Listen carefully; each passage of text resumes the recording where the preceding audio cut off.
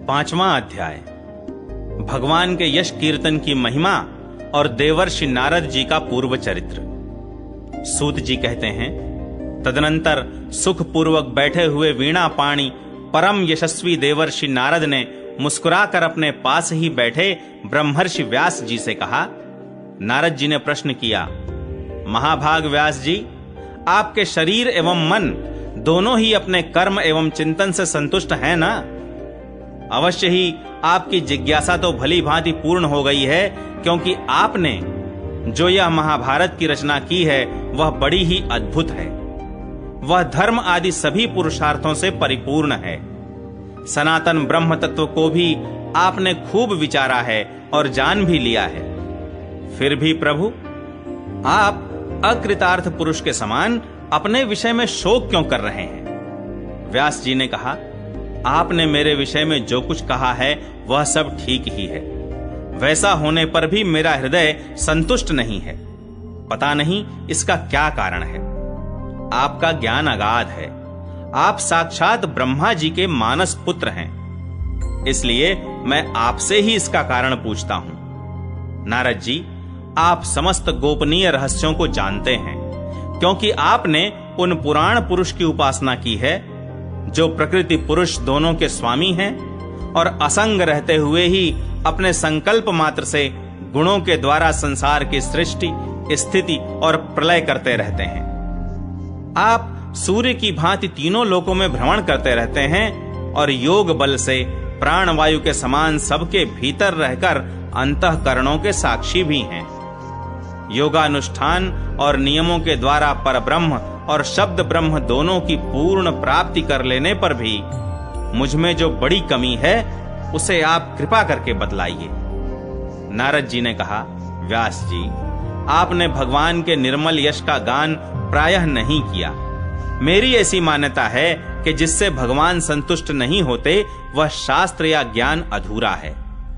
आपने धर्म आदि पुरुषार्थों का जैसा निरूपण किया है, भगवान श्री कृष्ण की महिमा का वैसा निरूपण नहीं किया। जिस वाणी से चाहे वह रस भाव अलंकार आदि से युक्त ही क्यों न हो, जगत को पवित्र करने वाले भगवान श्री कृष्ण के यश का कभी गान नहीं होता, वह तो कौओं के लिए उच्छिष्ट फेंकने के स्थान के समान अपवित्र मानी जाती है। मानसरोवर के कमनीय कमलवन में विहरने वाले हंसों की भांति ब्रह्म धाम में विहार करने वाले भगवत चरणार विंदाश्रित परमहंस भक्त कभी उसमें रमण नहीं करते। इसके विपरीत जिसमें सुंदर रचना भी नहीं है और जो दूषित शब्दों से युक्त भी है, परंतु जिसका प्रत्येक श्लोक भगवान के सुयश सूचक नामों से युक्त है, वह वाणी लोगों के सारे पापों का नाश कर देती है। क्योंकि सत्पुरुष ऐसी ही वाणी का श्रवण, गान और कीर्तन किया करते हैं।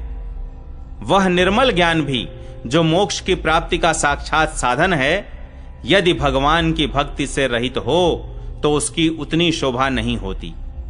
फिर जो साधन और सिद्धि दोनों ही दशाओं में सदा ही अमंगल रूप है, वह काम्य कर्म और जो भगवान को अर्पण नहीं किया गया है, ऐसा अहेतुक निष्काम कर्म भी कैसे सुशोभित हो सकता है? महाभाग व्यास जी, आपकी दृष्टि अमोघ है। आपकी कीर्ति पवित्र है। आप सत्यपरायण एवं दृढ़ व्रत हैं। इसलिए अब आप संपूर्ण जीवों को बंधन से मुक्त करने के लिए समाधि के द्वारा अचिंत्य शक्ति भगवान की लीलाओं का स्मरण कीजिए। जो मनुष्य भगवान की लीला के अतिरिक्त और कुछ कहने की इच्छा करता है, वह उस इच्छा से ही निर्मित अनेक नाम और रूपों के चक्कर में पड़ जाता है। उसकी बुद्धि भेदभाव से भर जाती है। जैसे हवा के झकोरों से डगमगाती हुई डोंगी को कहीं भी ठहरने का ठौर नहीं मिलता, वैसे ही उसकी चंचल बुद्धि कहीं भी स्थिर नहीं हो पाती। संसारी लोग स्वभाव से ही विषयों में फंसे हुए हैं। धर्म के नाम पर आपने उन्हें निंदित सकाम कर्म करने की भी आज्ञा दे दी है। यह बहुत ही उल्टी बात हुई, क्योंकि मूर्ख लोग आपके वचनों से पूर्वोक्त निंदित कर्म को ही धर्म मानकर यही मुख्य धर्म है ऐसा निश्चय करके उसका निषेध करने वाले वचनों को ठीक नहीं मानते। भगवान अनंत हैं। कोई विचारवान ज्ञानी पुरुष ही संसार की ओर से निवृत्त होकर उनके स्वरूप भूत परमानंद का अनुभव कर सकता है। अतः जो लोग पारमार्थिक बुद्धि से रहित हैं और गुणों के द्वारा नचाए जा रहे हैं, उनके कल्याण के लिए ही आप भगवान की लीलाओं का सर्वसाधारण के हित की दृष्टि से वर्णन कीजिए। जो मनुष्य अपने धर्म का परित्याग करके भगवान के चरण कमलों का भजन सेवन करता है, भजन परिपक्व हो जाने पर तो बात ही क्या है। यदि इससे पूर्व ही उसका भजन छूट जाए तो क्या कहीं भी उसका कोई अमंगल हो सकता है। परंतु जो भगवान का भजन नहीं करते और केवल स्वधर्म का पालन करते हैं, उन्हें कौन सा लाभ मिलता है। बुद्धिमान मनुष्य को चाहिए कि वह उसी वस्तु की प्राप्ति के लिए प्रयत्न करे जो तिनके से लेकर ब्रह्मा पर्यंत समस्त ऊंची नीची योनियों में कर्मों के फलस्वरूप आने जाने पर भी स्वयं प्राप्त नहीं होती। संसार के विषय सुख तो जैसे बिना चेष्टा के दुख मिलते हैं, वैसे ही कर्म के फल रूप में अचिंत्य गति समय के फेर से सबको सर्वत्र स्वभाव से ही मिल जाते हैं। व्यास जी, जो भगवान श्री कृष्ण के चरणार विंद का सेवक है, वह भजन न करने वाले कर्मी मनुष्यों के समान दैवात कभी बुरा भाव हो जाने पर भी जन्म मृत्युमय संसार में नहीं आता। वह भगवान के चरण कमलों के आलिंगन का स्मरण करके फिर उसे छोड़ना नहीं चाहता। उसे रस का चस्का जो लग चुका है, जिनसे जगत की उत्पत्ति, स्थिति और प्रलय होते हैं, वे भगवान ही इस विश्व के रूप में भी हैं। ऐसा होने पर भी वे इससे विलक्षण हैं। इस बात को आप स्वयं जानते हैं, तथापि मैंने आपको संकेत मात्र कर दिया है। व्यास जी, आपकी दृष्टि अमोघ है। आप इस बात को जानिए कि आप पुरुषोत्तम भगवान के कलावतार हैं। आपने अजन्मा होकर भी जगत के कल्याण के लिए जन्म ग्रहण किया है, इसलिए आप विशेष रूप से भगवान की लीलाओं का कीर्तन कीजिए। विद्वानों ने इस बात का निरूपण किया है कि मनुष्य की तपस्या, वेदाध्ययन, यज्ञानुष्ठान, स्वाध्याय, ज्ञान और दान का एकमात्र प्रयोजन यही है कि पुण्य कीर्ति श्री कृष्ण के गुणों और लीलाओं का वर्णन किया जाए। मुने, पिछले कल्प में अपने पूर्व जीवन में मैं वेदवादी ब्राह्मणों की एक दासी का लड़का था। वे योगी वर्षा ऋतु में एक स्थान पर चातुर्मास्य कर रहे थे। बचपन में ही मैं उनकी सेवा में नियुक्त कर दिया गया था। मैं यद्यपि बालक था, फिर भी किसी प्रकार की चंचलता नहीं करता था। जितेंद्रिय था, खेल कूद से दूर रहता था और आज्ञानुसार उनकी सेवा करता था। मैं बोलता भी बहुत कम था।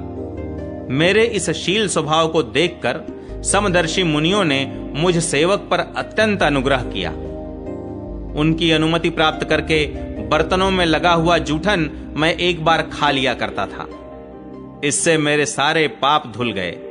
इस प्रकार उनकी सेवा करते करते मेरा हृदय शुद्ध हो गया और वे लोग जैसा भजन पूजन करते थे, उसी में मेरी भी रुचि हो गई। प्यारे व्यास जी, उस सत्संग में उन लीला गान परायण महात्माओं के अनुग्रह से मैं प्रतिदिन श्री कृष्ण की मनोहर कथाएं सुना करता। श्रद्धा पूर्वक एक एक पद श्रवण करते करते प्रिय कीर्ति भगवान में मेरी रुचि हो गई।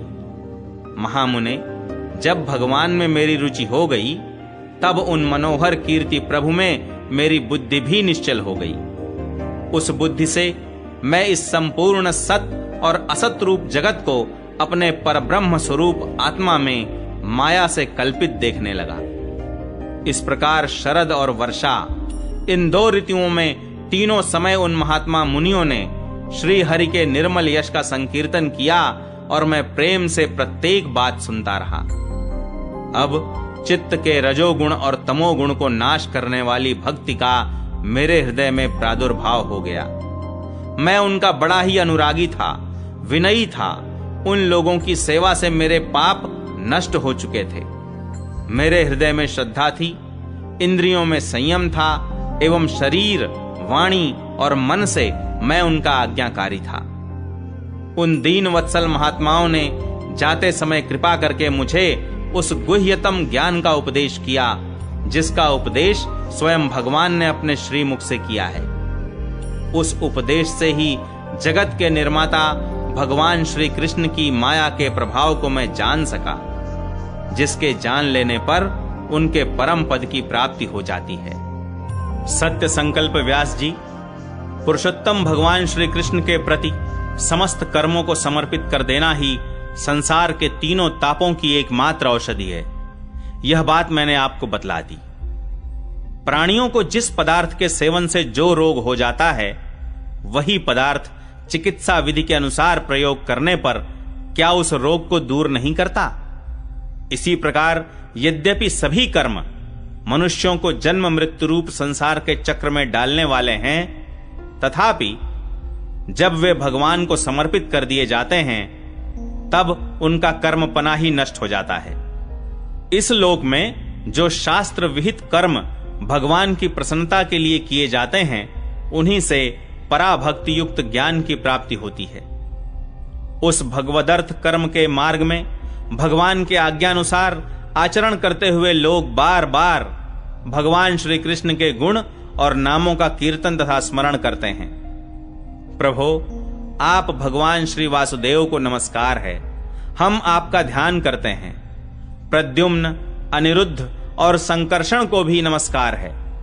इस प्रकार जो पुरुष चतुर्व्यूह रूपी भगवान मूर्तियों के नाम द्वारा प्राकृत मूर्ति रहित अप्राकृत मंत्र मूर्ति भगवान यज्ञ पुरुष का पूजन करता है, उसी का ज्ञान पूर्ण एवं यथार्थ है।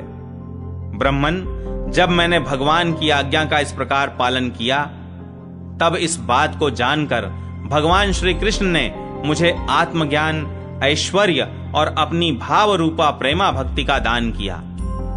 व्यास जी, आपका ज्ञान पूर्ण है। आप भगवान की ही कीर्ति का, उनकी प्रेममयी लीला का वर्णन कीजिए। उसी से बड़े बड़े ज्ञानियों की भी जिज्ञासा पूर्ण होती है। जो लोग दुखों के द्वारा बार बार रौंदे जा रहे हैं, उनके दुख की शांति इसी से हो सकती है और कोई उपाय नहीं है।